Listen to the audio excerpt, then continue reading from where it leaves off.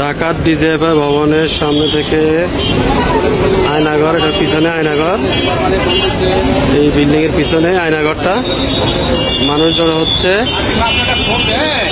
আয়নাঘরেই গুম করে রাখা হয়েছে বছরের পর বছর সাধারণ মানুষদেরকে।